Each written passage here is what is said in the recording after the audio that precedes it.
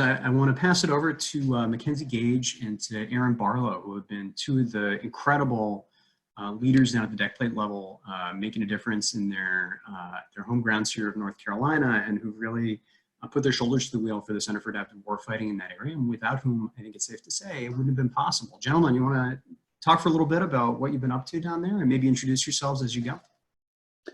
Hey, yeah, John, can you hear me? Absolutely. All right, I'm good to go. All right, so yeah, my name's Aaron Barlow, like you said. So I had the privilege of being one of the first consumers of the products of the CAW. I got to go to their early on design thinking workshops. And then later on, I got to go to the Scrum course that we were lucky enough to have John Hossey come in and teach. And if you are looking at your schedule and expecting to hear from him right now, unfortunately, I'm going to be the guy, along with Gage, that has to, you know, fill that gap. So hopefully I do just as good of a job as he did introducing Scrum to me and kind of sharing what that did along with Gage. Gage, do you want to introduce yourself? Yeah, so I'm, can you guys hear me? Yep. Loud and clear. So Captain Mackenzie Gage, I'm a supply officer by trade. I picked up Scrum here a couple months back, and we've been using it over here in Marine Special Operations Command to do some cool stuff, run some awesome operations. I'm obviously on the sustainment side of things here over here. It's an awesome tool, and looking forward to talking about it today. Awesome. So I'll kind of kick it off of a little bit of a personal story how I got started. So I'm a combat engineer officer by trade, and currently by position I am a company commander at 2nd Maintenance Battalion for Engineer Maintenance Company. So coming into this position, it was kind of an unfamiliar thing for me. Maintenance was not something that I was, you know, something that we're briefly taught about, but knowing the whole maintenance process isn't something that I was deeply familiar with. So there was a lot of kind of angst for me as far as like learning this. And I've been the company commander there for over a year now. And honestly, I can kind of split my time there into sort of two halves. I will say pre-Scrum and post-Scrum. Not to oversell it, because I think we were doing good things before we adopted Scrum.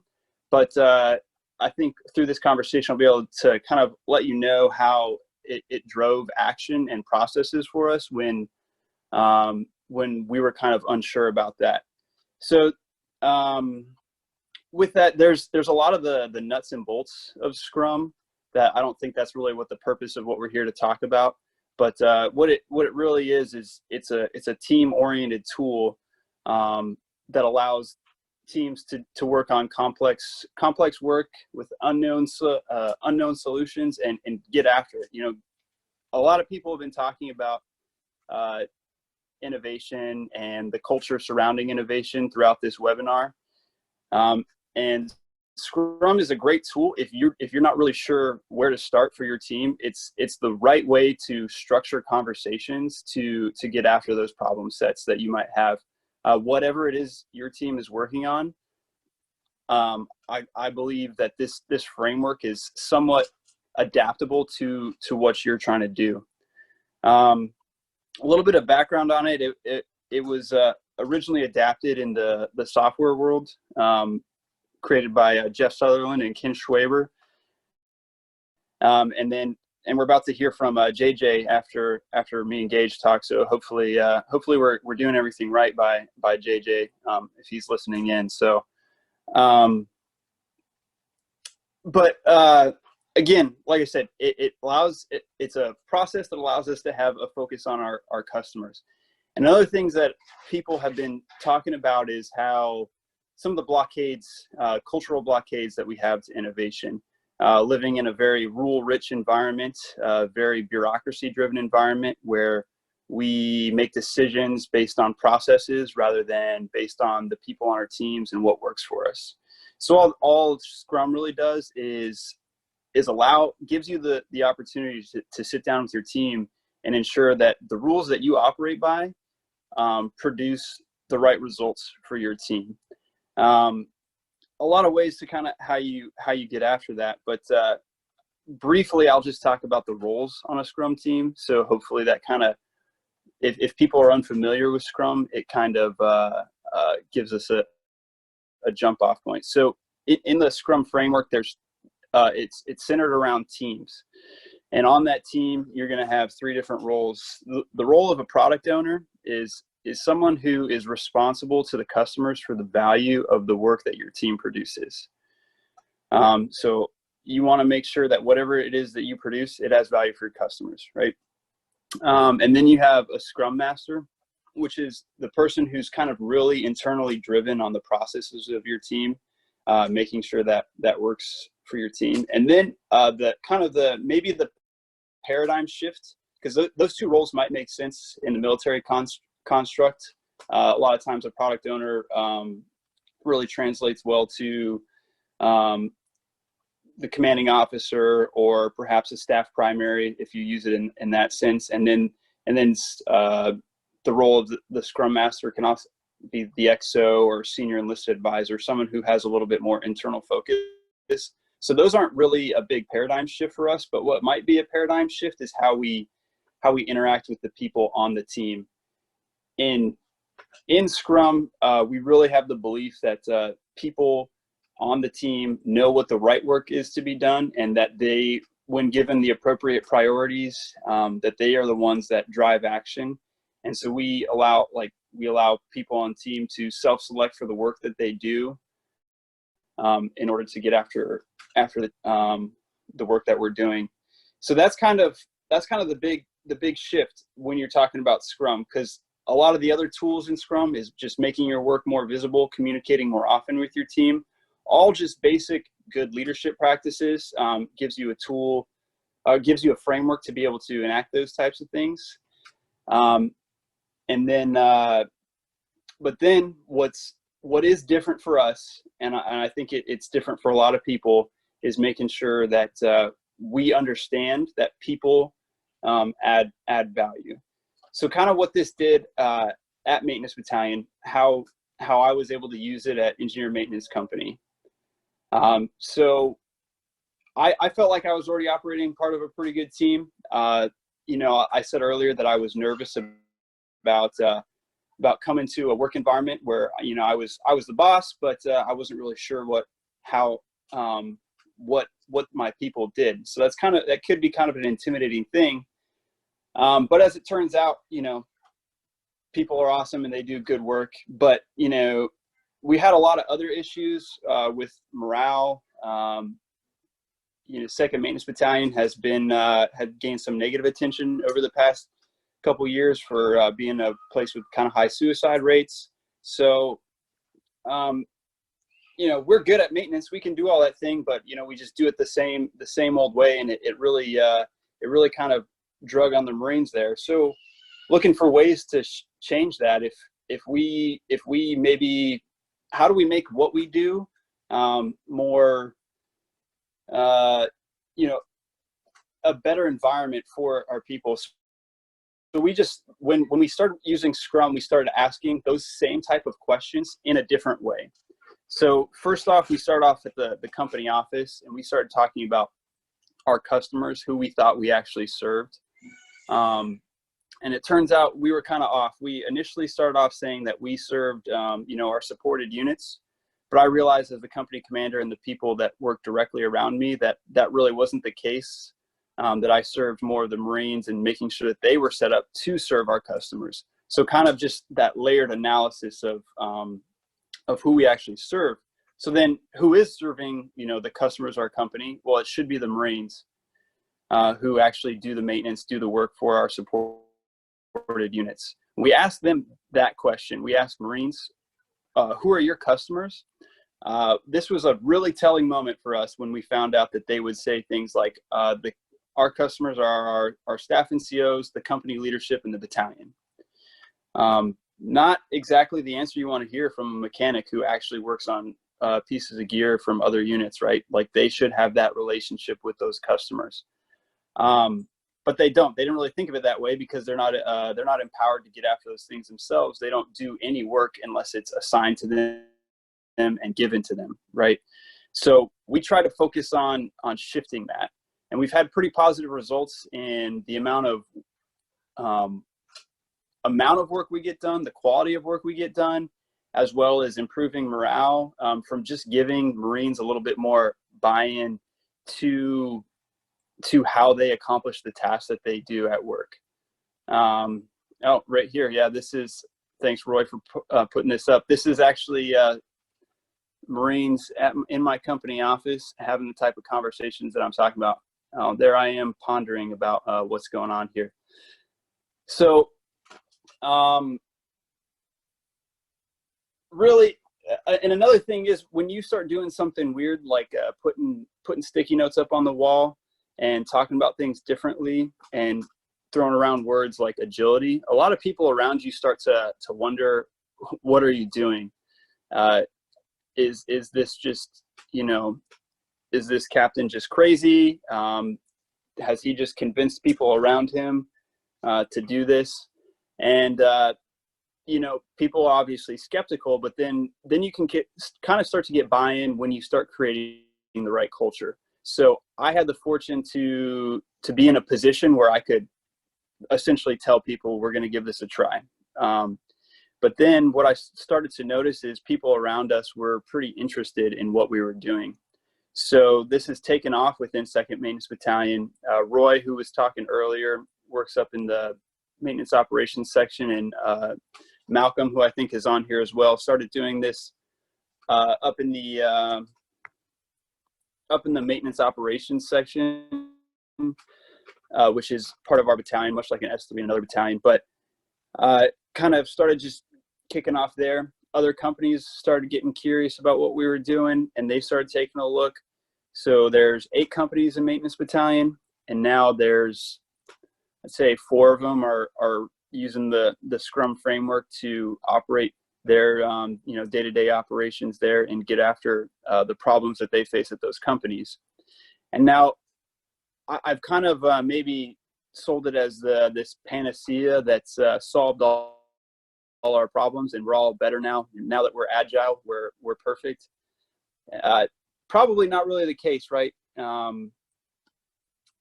If you say that you're completely agile, I don't know how to actually define that for you, especially in the Marine Corps, where obviously we haven't been able to, you know, completely free ourselves from all the bureaucracy that we interact with.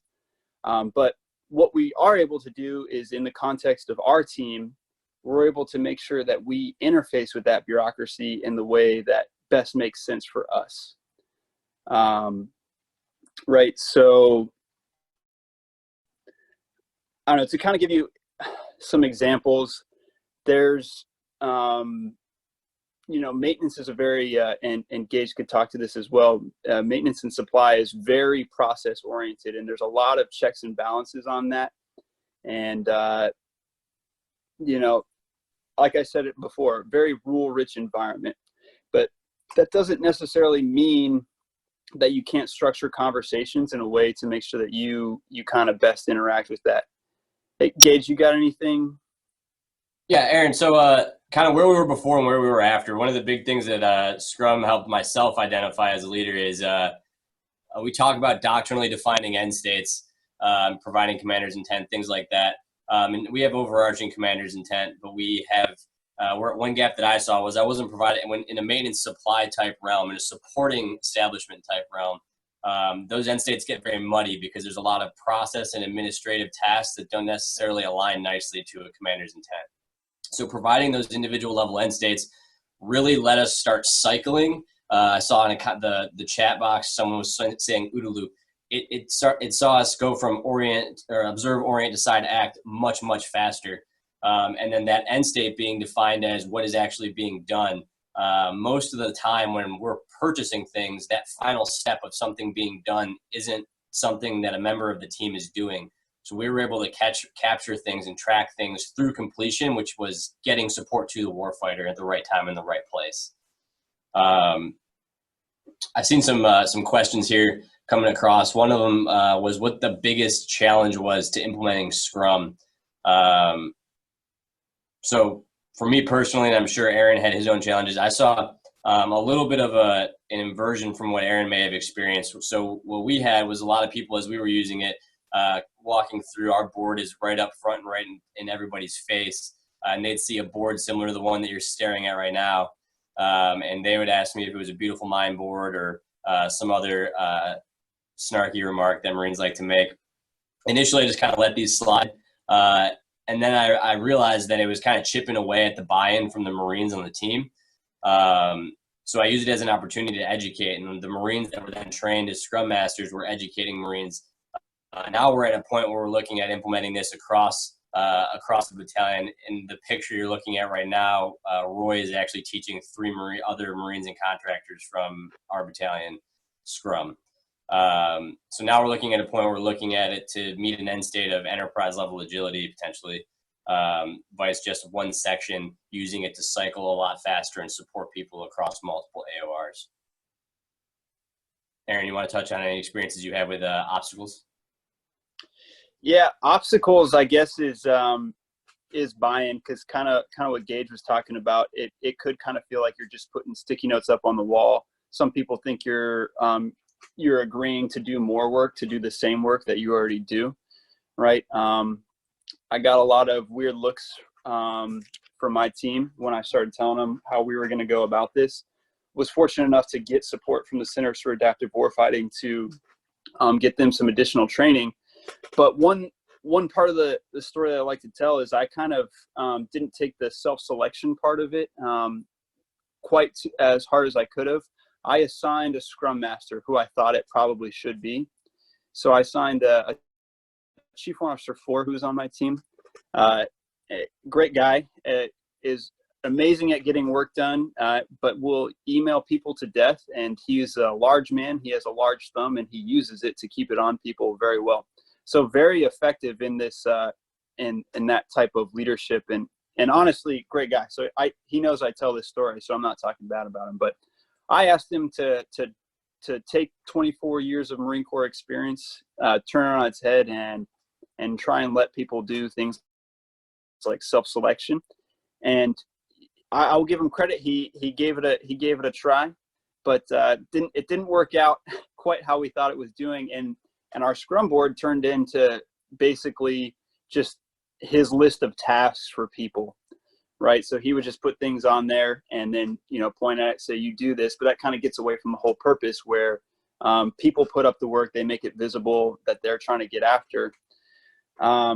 So changing those mindsets along the way, it's hard to undo some of what people have been learning for so long. But fortunately, we were able to kind of create a good enough culture on the team. Enough people on the team understood it. And when we were having one of our team retrospectives, which is where the team gets together and talks about how things are going, what's working, what's not working for the team, people basically decided that it was time to get a new Scrum Master. So I want to say he was the senior person in the room because I wasn't there. And then you're talking about a Chief Officer 4, and there was a bunch of staff sergeants and gunnery sergeants talking to him. And they said, "Sir, you don't get Scrum. It's time for you to go." So they kind of fired him on the spot, which is it speaks to them understanding what we were getting after. And all credit to him, he stood aside and let someone else take it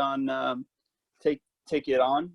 And that's when we really started to see ourselves accelerate, when we got the right Scrum Master in there that kind of understood what was going on. But I will say for the Chief Warrant Officer, he ultimately saw what we were doing, got on board, and he ended up being an instructor at one of the courses. And I think, Gage, that's actually one of the courses that you went to where Marlon was instructing. So buy-in from your team is huge. It's hard to get. And then also buy-in from the people around you too. But we've also talked about this mother may I mentality that exists a lot of times. It's really hard for some people to just take the leap. For instance, I just took the leap. I don't really think that you need to ask permission from your boss to start doing Scrum, but a lot of people feel that they do need that permission. I'd say shake yourself free from that a little bit. But I mean, if you are going to grow it where you're at, much like you're doing it at your battalion, Gage, and we're doing over at Maintenance Battalion, you do need that buy-in from whoever your senior level leadership is to to basically say, hey, we're going to start questioning the rules around here a little bit more frequently, making sure they're right. Done inappropriately, that can sound a lot like insubordination in our culture, right? So we have to make sure that we approach it the right way.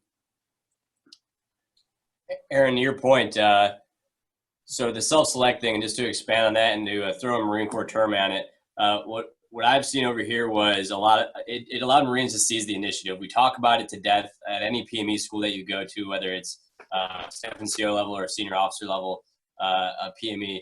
It provides a tool where they can really seize the initiative and get after it. And to the question of Patrick has a question sitting out there. Was the conversation of who is the customer something that helped Marines understand commander's intent, end state, unit mission, and practical and actionable items? I'd say absolutely 100%. And it was something that I had been completely failing my Marines at in terms of trying to translate high-level commander's intent, 05, 06, or COCOM level intent down to why it matters that they're doing their task at a corporal to staff sergeant level. So it enabled them to seize the initiative. It completely eliminated the mother may I mentality. And now I have 19 people that I only ever have to pull back on, which is, for myself as a Marine Corps officer, is what I love and live for. And I think it's less the personality of all of those individuals because it runs across the spectrum and more so the tool and the culture that it enabled. With that, again, reaching back all the way to the end state and defining those end states, it forces me as a leader to translate the unit's mission, and it translates tasks into why they matter and how they matter to the commander's intent in the mission. And then because of the way that boards are set up, and you can set them up however you want, it forces me to prioritize the thing that matters most.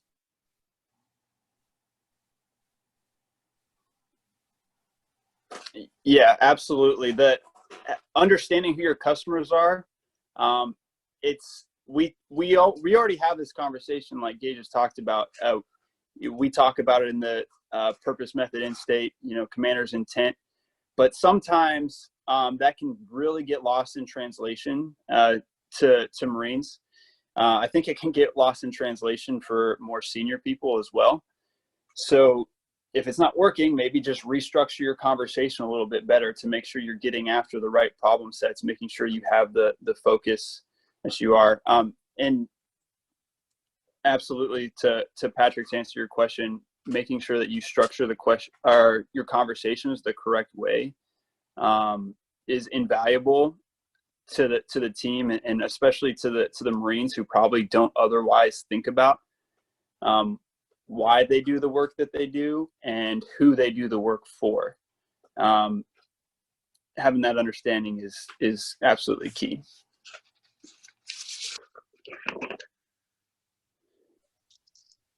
So just reaching back to something I saw, a chat that I saw going through a couple minutes ago, maybe even like half an hour ago.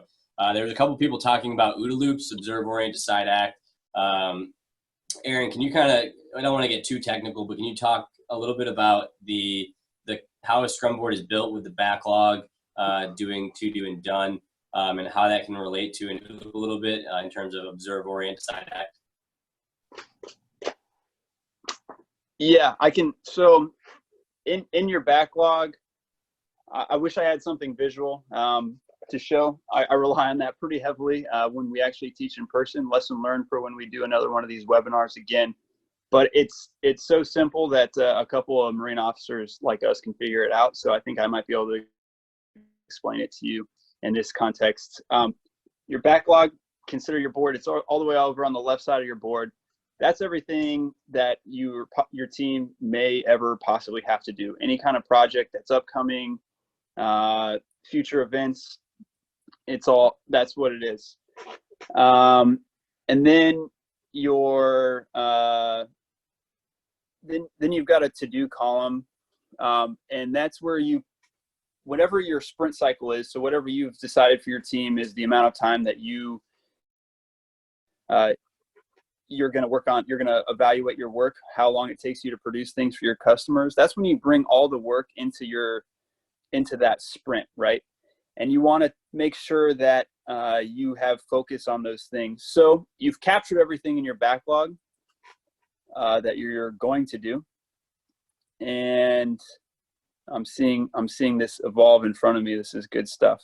So this is all the work that you've in your backlog is that you've agreed not to work on during this sprint cycle, to give yourself the focus on the work that must be done.